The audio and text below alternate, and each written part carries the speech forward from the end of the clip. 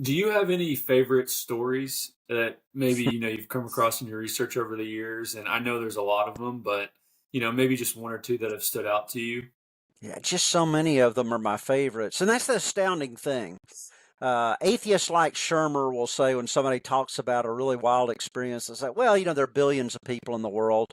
Mhm. There are really weird things that are going to happen, when you look at anomalous situations. Anomalous But when you situations. see that But when you see that, uh, like 4% to 6% of the population has experienced these things, and you read their experiences and you find they're so powerful to the people, to me, they're just astounding.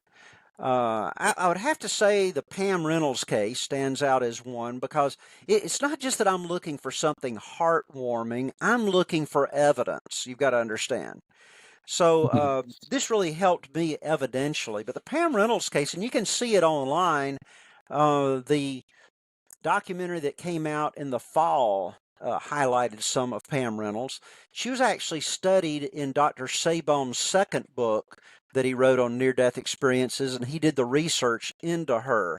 But she had a very risky brain surgery that required lowering her body temperature to about 50 degrees, draining all the blood from her head. And by three primary tests, a silent EEG, unresponsive brain stem, no blood flow through the brain, she's clinically dead. And she was being monitored constantly by an EEG, monitored also for an unresponsive brain stem. They wanted to make sure she was not conscious of anything going on. And she was clinically dead.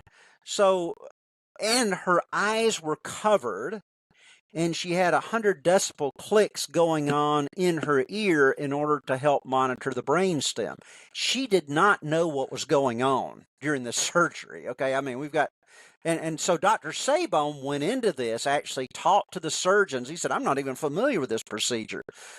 But when she came out of it, the doctor who was there when she came to, she started talking about very specific things that happened during her surgery, like this one kind of saw that was in the shape of like a toothbrush or something, and how it worked.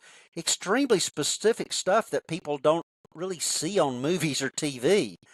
And he's like, doctors, we need to talk to this patient a little bit. And how did she know these things? How did she have extremely clear sight, sound, when she had those clicks going on? How did she know conversations, specific conversations that went on during the surgery? So to me, and there's been a lot of discussion. We'll have atheists and others who come back and say, now, wait a minute, maybe it happened before, maybe it happened afterwards. But when Sabom and others come back and say, now, wait a minute, this could not have happened. Look at the facts of the case. Pretty astounding. That's one that I look at through my research that I think is astounding. Gary Habermas, in his most recent book on the resurrection that came out this year, in his first appendix, he gives a whole bunch of near-death experiences with evidential value to them, well-documented things along this line. So this is not a one in billions type thing. But as far as what impacts me, when I began to research this, like one time my mom told a relative of mine, she said, "Tell him what you're studying." And this is a relative, a cousin of mine, who is very well respected in the family. I know him; he's not crazy. Okay, taught history all his life, has a master's in history. Very well respected guy. I told him I'm studying near death experiences. He said, "Oh, I've had 3 of those." I said, "Really?" Now, it turns out 2 of them were really, I think, angelic visitations when he was speeding along the road. He also built dragsters and raced them, and these middle Georgia roads are just long and straight, and he would enjoy them thoroughly. One time, he was about to crest a hill, and something in the back seat said, "Slow down." And he kind of looked back, why isn't anybody there? He kind of ignored it. And then it's kind of like a pinch on your shoulder by a granny, said, "Slow down." So he slows down as he crests the hill. He sees that there's a transfer truck coming toward him in one lane, pulled off to the side, was a truck that had had to pull halfway off the road on another, and had he kept going his speed, it would have been almost certain wreck and death at the speed he was going. And then he said, at 3 o'clock one morning, I felt like I had a huge weight on my chest. And I came out of my body. I saw a tunnel of light in the corner of the room, visited with some celestial beings, great peace, I believe. I went back into my body, woke up with a cold sweat. Almost immediately the phone rang, and it was a nurse from 90 miles away saying that my dad had just died of a massive heart attack. And he said, I didn't know. My dad was not in the hospital as far as I knew. He had had a checkup recently, seemed to be fine. I had no idea. What about that timing? Now, that was the first time I realized that, wow, if these experiences are so common, we've got them within our circles of trust, people that we've known for years, people in our family.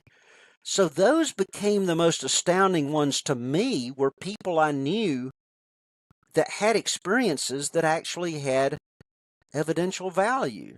And if I could tell a third, you see, I could go through so many, but one of them, there was a person who was a minister of men at one of my former churches. The pastor said, okay, you told me what you're studying. You ought to try to interview him. He doesn't tell anybody about this experience. He told me as his pastor, but interview him about it. Well, he had been in a sepsis condition where he was comatose, and people didn't know whether he would live or die. During that comatose condition, he had a near-death experience where he was out of his body and was talking to two angelic figures discussing whether he should come back or not. And then they decided to come back, and he said there he was, comatose, and he's thinking, and he said, wow, nobody knows whether I'm going to live or die, but I know I'm going to live. And I asked him several times in the interview, just how real was this? Was it like a kind of a vivid dream? And he'd say, no, Steve, it was real. And then I would come back and ask it in a little different way. Just what degree of reality was it? And finally, he leaned across the table and he said, Steve, it was as real. It was real. It was as real as me sitting across from you right now.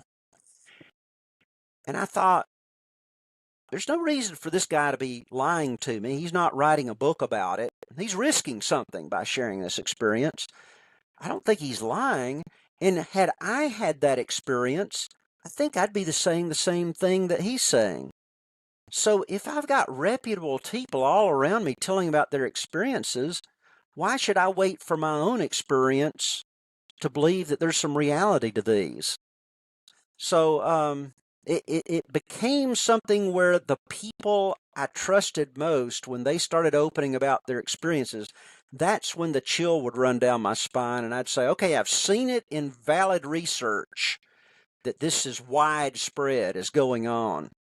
But now I'm seeing it face to face with others. That's just a confirmation of the fact of what I've seen in the research.